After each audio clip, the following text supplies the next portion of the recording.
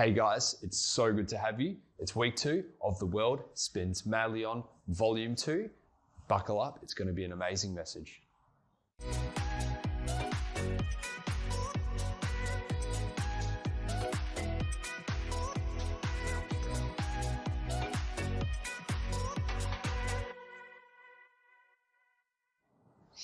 Hey guys, if you're joining us from week to week and you want the notifications or the alerts to say that we're on, how about subscribing to our channel, liking our channels, or maybe sharing one of our channels with a family or a friend you think may be interested. The Belonging Co. from Nashville are our worship partners for today, guys. How about joining in from home?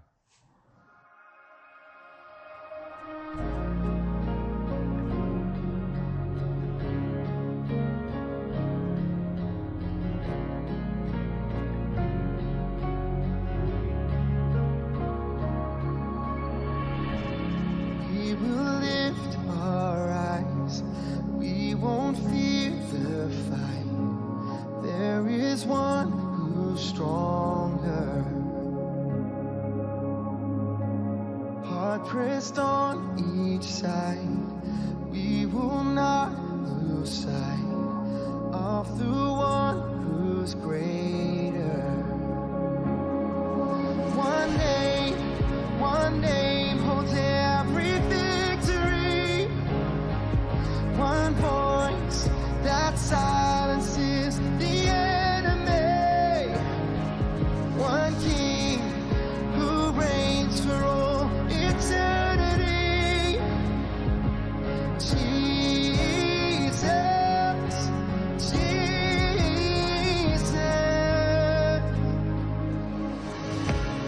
On the battlefield, your power is revealed. Giants fall defeated. We are taking ground. Walls are falling down in the mighty name of Jesus. One name holds every victory. One voice that silences the enemy. Yeah.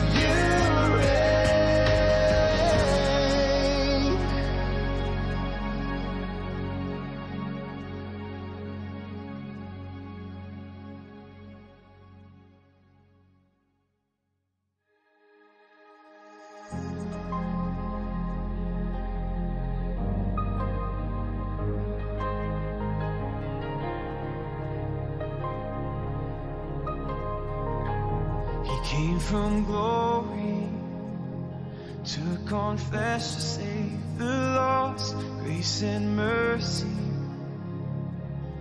displayed upon the cross, our redemption. He's the hope for all mankind, one name over everything, one name over everything.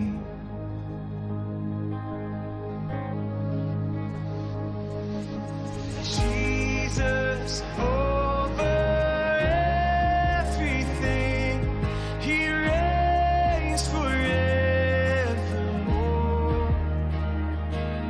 Our song for all eternity, Jesus Christ is Lord. Who can rival our resurrected King? In one moment He brought death to its knees, all the power, oh, and all authority to one name over everything. Yes, one name over everything. Oh, Jesus over everything, He reigns forevermore. Our song for all eternity, Jesus Christ is Lord. Yes, Jesus over everything, He reigns forevermore. Our song for all eternity, Jesus Christ is Lord. Oh, He is Lord, He is Lord. Over fear, over shame, over all anxiety, over troubles and all pain, over sickness and disease, for He reigns on the throne. All praise to Him alone, one name over everything, over death and all sin, over hell, over the grave. Darkness bows and demons flee at the mention of His name, for He reigns on the throne. All praise to Him alone, one name over everything.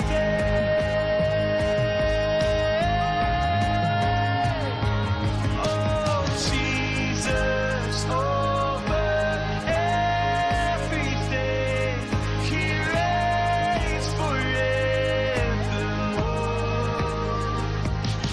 Our song for all eternity, Jesus Christ is Lord. Yes, Jesus over everything, He reigns forevermore. Our song for all eternity, Jesus Christ is Lord. Oh, our song for all eternity is Jesus Christ is Lord. Yes, Jesus Christ is Lord.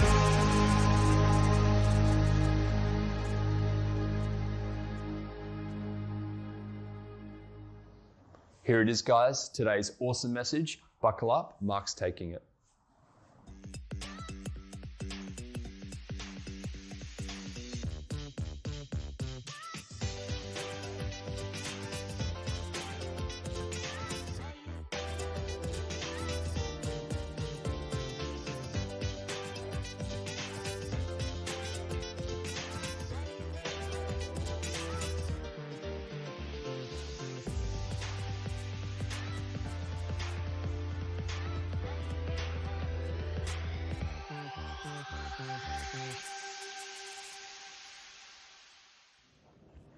Well, hey there, Elevate friends and family. Great to have you with us today as we move into the second week of a new series we just launched called The World Spins Madly On Volume 2, which is the direct successor to our series just before that, The World Spins Madly On Volume 1. In Volume 1, we looked and took lessons from the life of a spokesperson for God, a prophet named Elijah. And Elijah, we picked things up when Elijah knew his time on earth was coming to an end, and God instructed him to identify a successor. And in fact, God told him who that successor was going to be, a man named Elisha.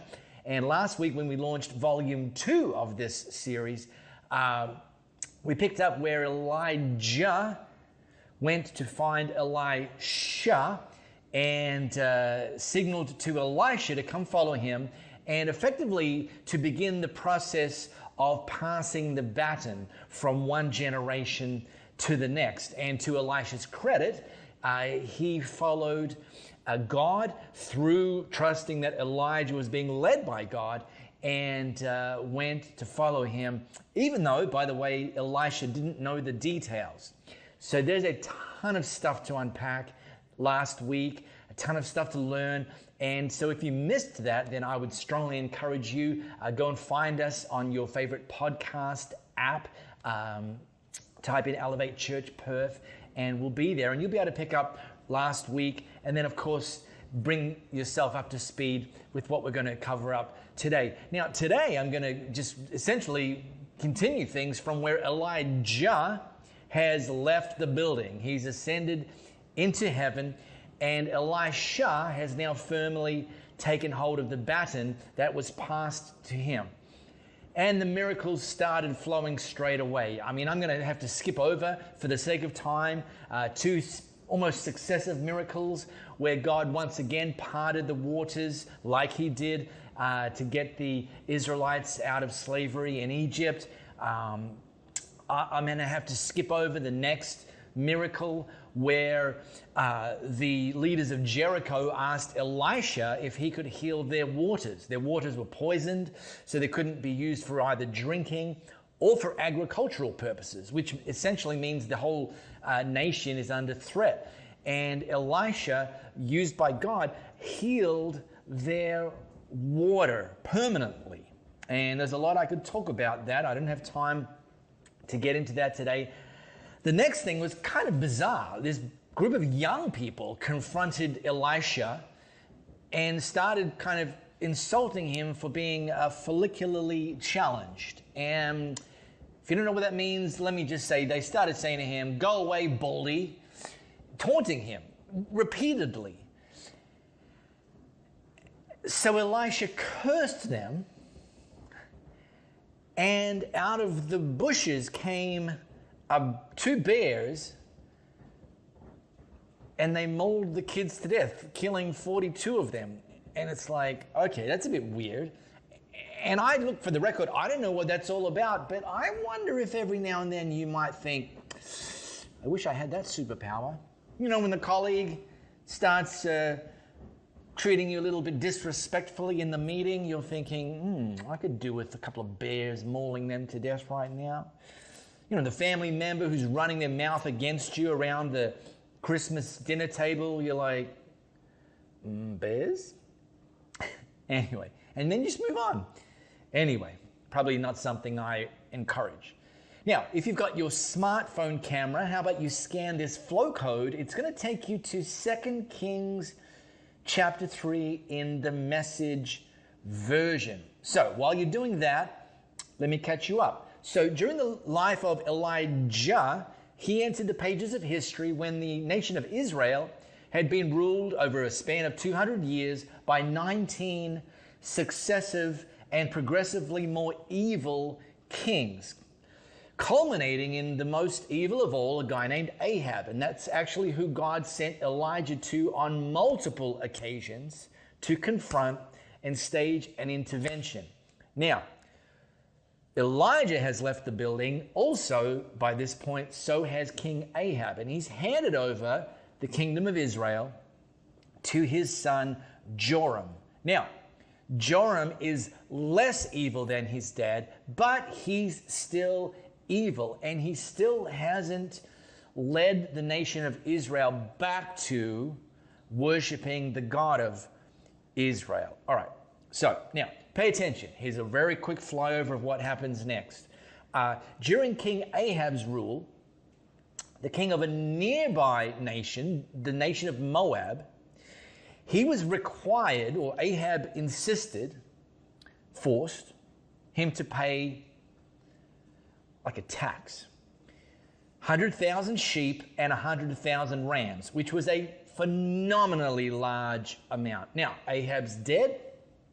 His sons now succeeded him. The king of Moab thought this was the opportunity to actually say, no deal, no more sheep, no more rams. Well, unsurprisingly, that sparked a war. Joram, now the king of Israel, got together with the king of Judah, a guy named Jehoshaphat, and the king of Edom, not the cheese, and they formed an alliance to go together, all three kingdoms, armies, to confront Moab, essentially demanding, pay up or we're going to slaughter you all. And it kind of appears that they might have thought it was going to be a short trip and a quick victory. However, after 7 days of their armies and their animals and their whole kind of cargo marching through the desert, they actually ran out of water for themselves and their animals. They underestimated the challenges they'd face. Things didn't go as expected. And we pick up the story, we pick up the slice of history where they needed a miracle. Anyone relate? You know, you're actually doing what Jesus asked you to do, and then all of a sudden you hit some unexpected circumstances that in the moment felt like they would derail you, and you needed a miracle. Maybe your relationship with your child has been going great, and then kind of out of nowhere things go south, and you are saying, God, I don't know how to fix this. I need a miracle. Maybe you've been progressing with your financial health, getting out of consumer debt, making some progress, started giving, and then an emergency hit, and you're like, I don't have the money put aside for this. I need a miracle. And the rookie mistake in these situations is to default to saying, well, if only I had fill in the blank, then I could do something. You know, if I only had a better job, then I could do something. Well, maybe, but until that day comes, it doesn't mean you can't do anything. Well, if only I'd gone to university, then I could advance in my career. Well, yeah, maybe. But until you have the opportunity to take up some further studies, it doesn't mean you can't do anything. Well, if only we had more resources, then we could do more for God. Well, again, maybe. But until then, it doesn't mean you can't do anything. So here were these three armies allied together, no water for the troops and the animals. Thankfully, the king of Judah, Jehoshaphat, who still himself wasn't following the God of Israel, he at least sort of had a glimpse of, I wonder if maybe the God of Israel can help us. Does anyone know if there's a prophet of the God of Israel somewhere around? And one of Joram's entourage says, yeah, I know a guy. His name's Elisha. He used to be Elijah's right-hand man. So they summoned for Elisha. Here's the idea. Your greatest need becomes a blessing when it drives you to depend on God. They literally had no other option. Thankfully, they took the best option. They called out to the God of Israel via a prophet named Elisha. Well, Elisha initially was a bit reluctant. It's like, well, what have you done for me lately? You know, none of you are following the God of Israel. Why should I help you? Well, anyway, eventually relented. And he prayed, and he felt God tell him to tell the kings to instruct their soldiers, grab some shovels and head into the valley, the dry valley, that's the desert, and start digging ditches. Yeah, no bobcats, no excavators, no heavy machinery, shovels. This doesn't make sense on any level, especially when you think about it. They're dehydrated. They're in the desert, and it's like, yeah, let's go and do some manual labor. But here was God's promise. Elijah then said, God's word, dig ditches all over this valley, and here's what will happen.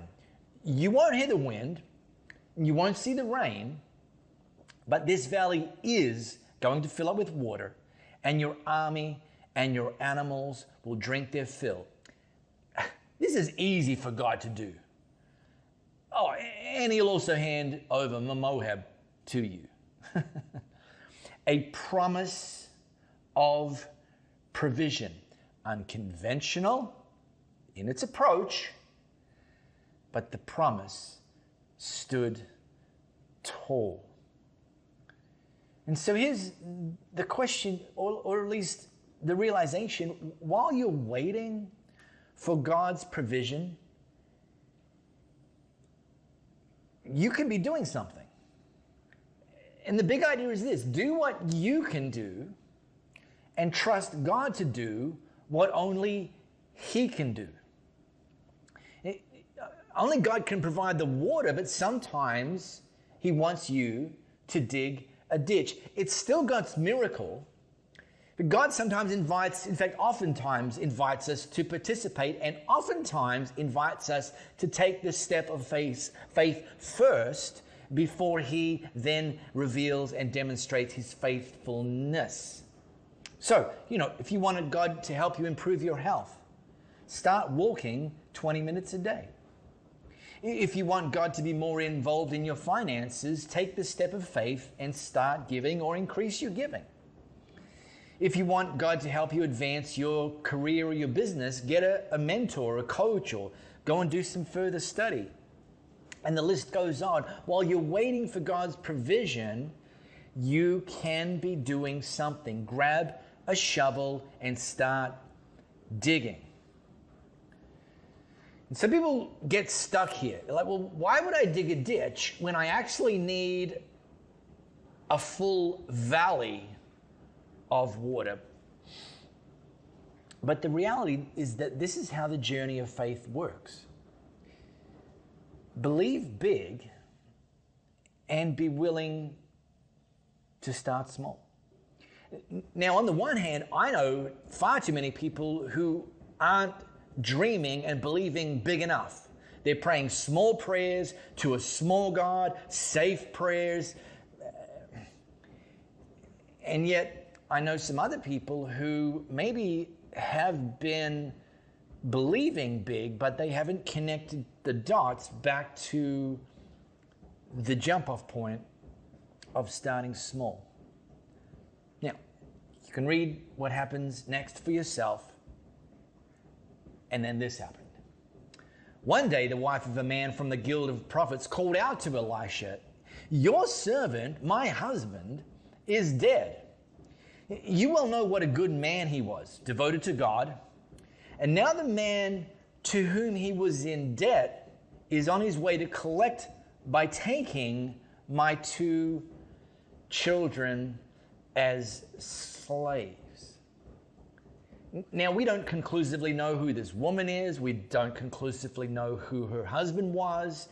There's some theories, but that's not really the main point here. So I'm just going to leave that. You can fish around for yourself if that's important to you.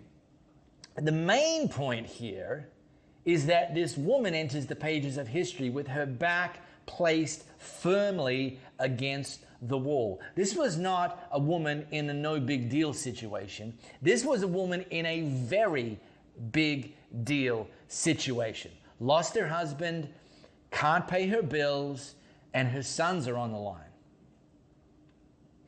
To the debt collector. So humanly speaking, she had no options, and because she had no options, it appeared she maybe felt like she had no hope. And maybe some of you can relate. You know, you've been living under a cloud of anxiety and depression for so long you can no longer see a way out.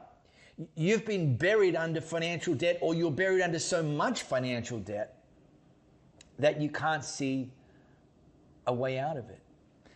Maybe you're struggling in your marriage or struggling with your kids, and you think you've tried everything and you can't see a way forward.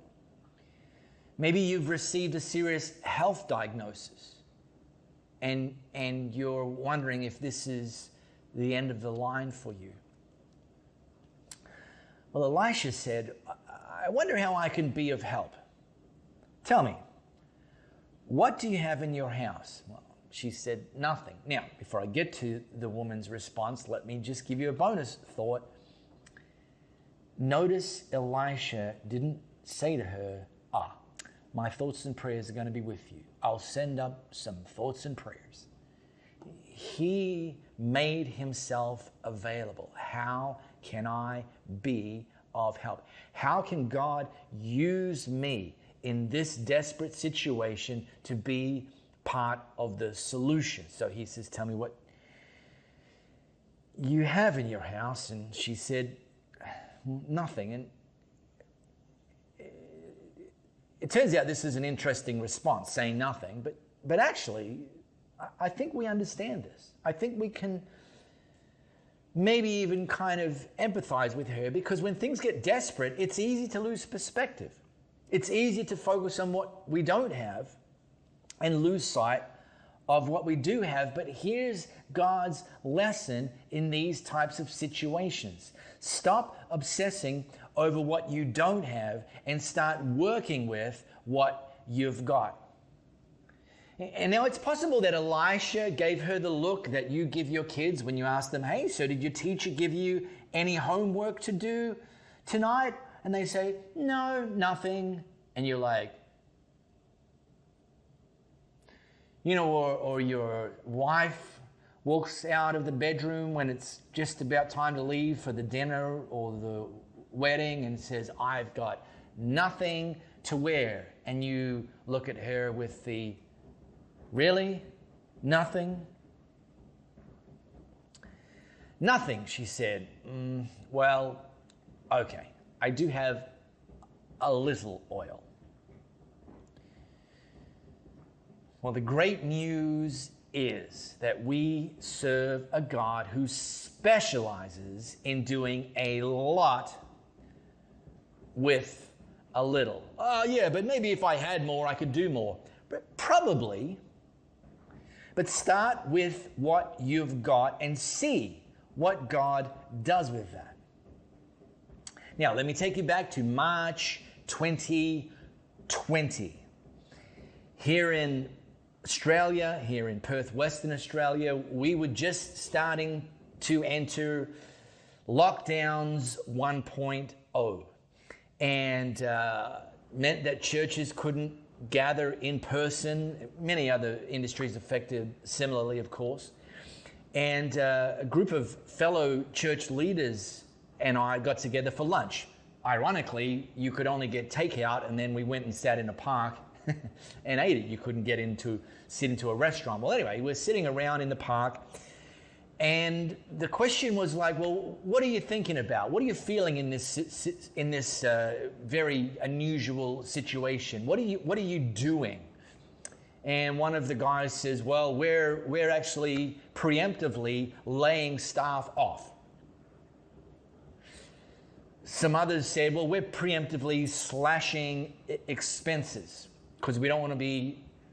And I was like, okay, look, full disclosure, I went into that guy mode. And I said, listen, those moves may turn out to be genius moves. They may turn out to be necessary moves. But can I just ask a different question? Could God possibly turn this crisis into an opportunity? And could the jump-off point be, instead of asking what we can't do and what we can't have, we can't gather together in person, and we don't know how long until we can.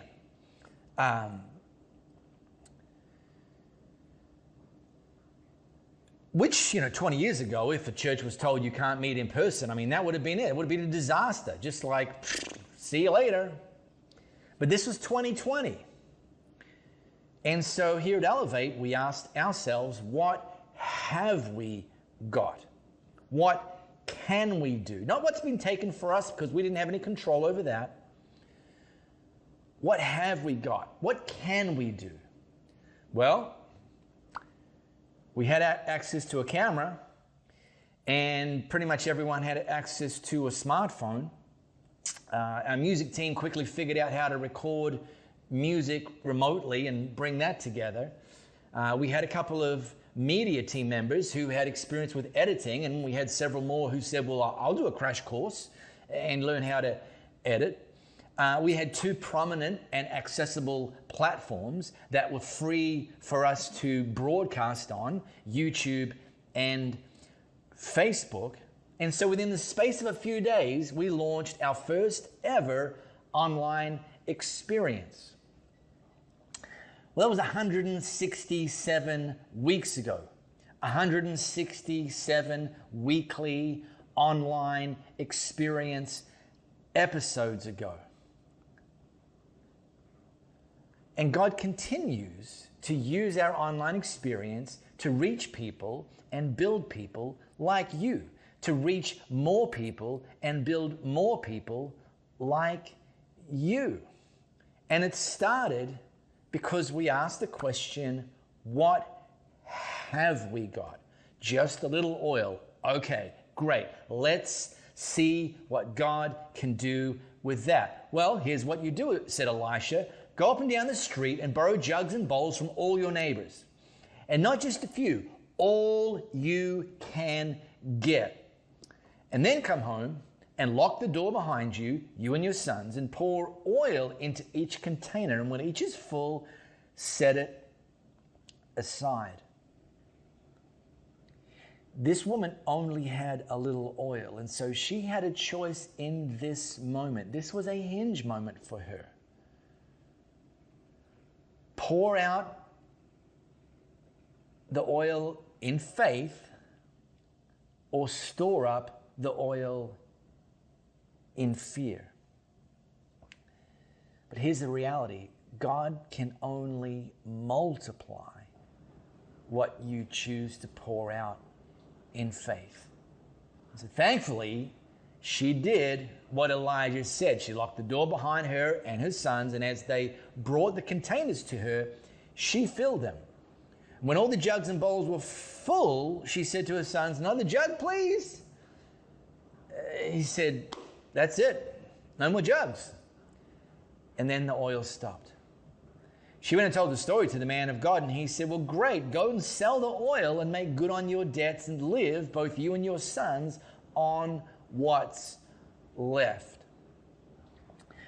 Friends and family, offer God what you've got and trust Him to give you what you need. Final thought, this is a bonus thought in case you missed it. God multiplied the oil. Not just to the extent that she could pay off her debts. He multiplied it that she was left with more than enough, that she could both pay off her debts and then have an income stream that her and her sons could live on. More than enough. If you're at home and you'd like to help us reach into people just like you all over the world, the ways to give can be found just below. Until then, guys, go ahead and have a beautiful week, and we'll catch you next time.